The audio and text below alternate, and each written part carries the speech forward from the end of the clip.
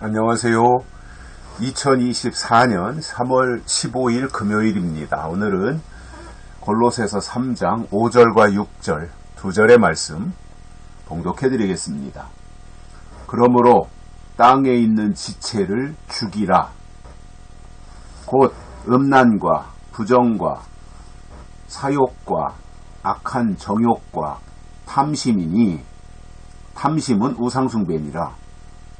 이것들을 인하여 하나님의 진노가 임하느니라.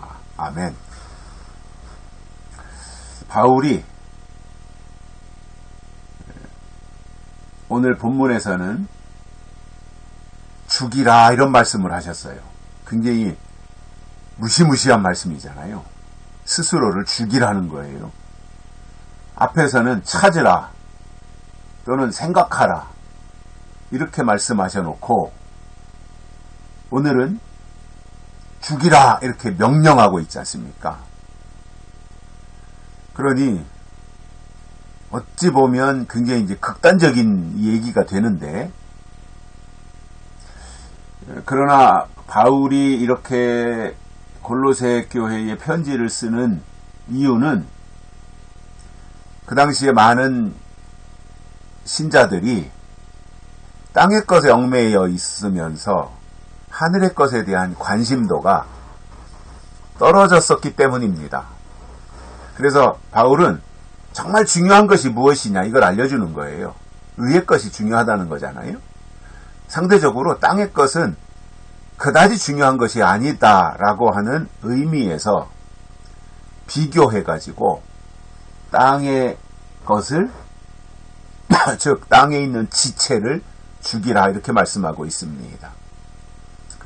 그러니 얼마나 이게 우리가 신앙생활 하는 데 있어서 이제 이런 부분만 보다 보면 힘든 신앙생활이 될 수 있다 생각할 수 있고, 또 신앙생활 하지 아니하는 외부인들이 또 공격할 때도 뭐 그렇게 어렵게 신앙생활 하느냐 이러한 그 핀잔도 하게 되는데, 그러한 이유 중에 하나가 이런 말씀이 있기 때문에 그렇죠. 죽이라 이런 말씀이 이게.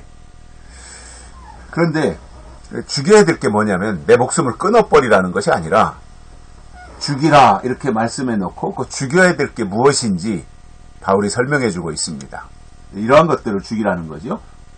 음란과 부정과 사욕과 악한 정욕과 탐심, 이 5가지를 말씀해 주고 있습니다. 이것이 우리가 살아가면서 하나님의 사람으로 계속해서 억누르고 절제하며 더 나아가 죽여야 될 대상이라는 거죠.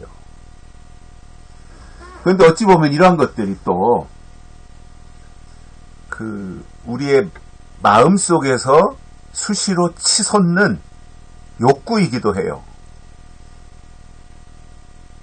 욕심이라든가 이런 것들이, 정욕이라든가 탐심이라든가 이런 것들이 다 그렇지 않아요? 어떠한 기본적인 인간의 욕구에 해당되는 거지 않습니까? 그런데 이제 그것이 정상적으로 잘 절제되거나 조절되면 그런 기본적인 욕구가 좋은 목적으로 쓰여질 수 있지만, 그것이 잘못 분출되어 가지고 엉뚱한 것에 잘못 사용하면 그것이 아주 나쁜 악영향을 끼치기 때문에 바울은 그러한 부분들을 경계시키면서 죽이라 이렇게 극단적인 표현을 해주고 있습니다.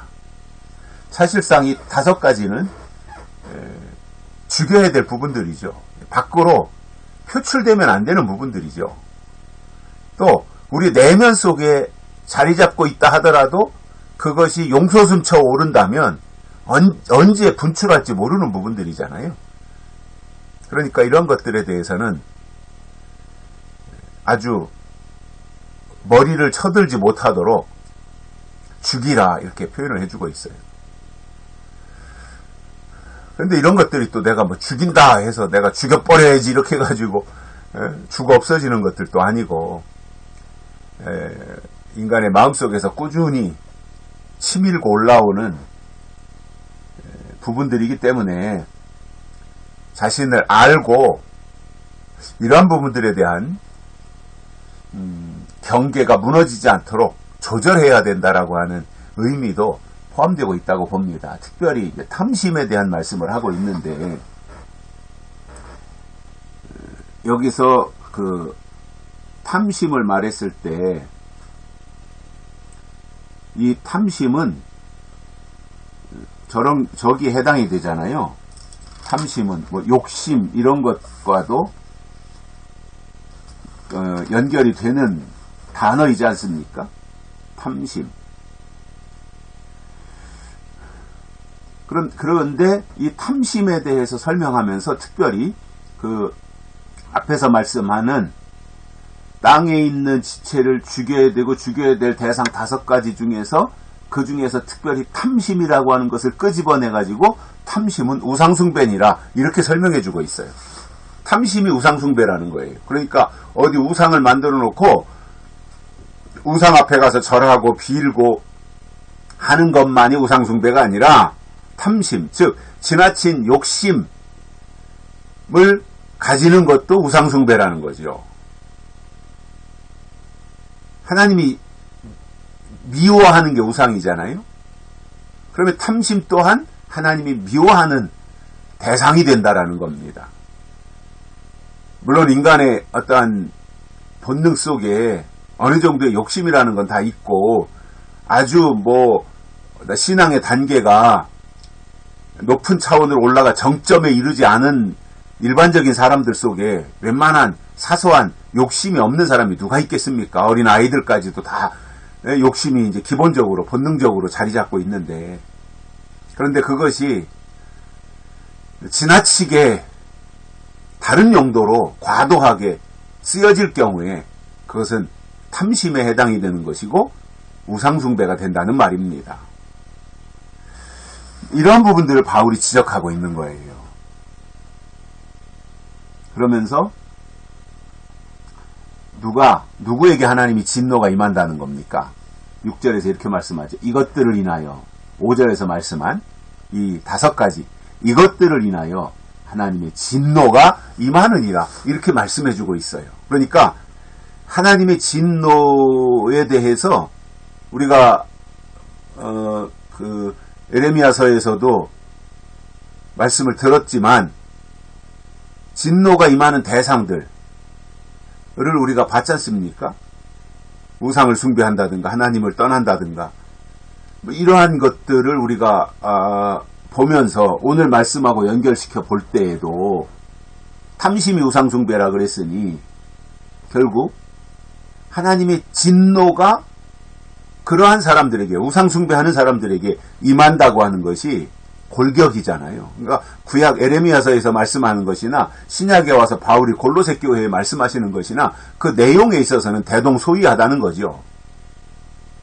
그렇기 때문에 하나님의 진노가 이러한 것들 때문에 임한다고 하는 이 내용을 우리가 받았으면, 들었으면 진노가 임하도록 하는 생활은, 그러한 행동은 하면 안 된다라는 깨달음을 받게 됩니다. 사실 인간의 과도한 욕심이 스스로를 망가뜨리고 무너뜨리는 거지 않아요. 우리가 경험상으로도 볼 때 지나친 욕심 때문에 다 무너지는 거예요. 기업이든 개인이든 욕심 때문에 그렇죠. 그것이 하나님께 탐심으로 비춰질 때 하나님의 결론은 우상숭배다. 그러한 것들 때문에 저주가 임한다. 이러한 내용들을 보면서 우리가 하나님을 위해서 부르심을 받았고 또 하나님에 의해서 우리가 이 세상에 보내심을 받았다면 우리는 이 땅에서 하나님을 위해 살아야 될 사명의 사람들이라는 것을 다시 한번 깨닫게 됩니다. 여기까지 하겠습니다. 고맙습니다.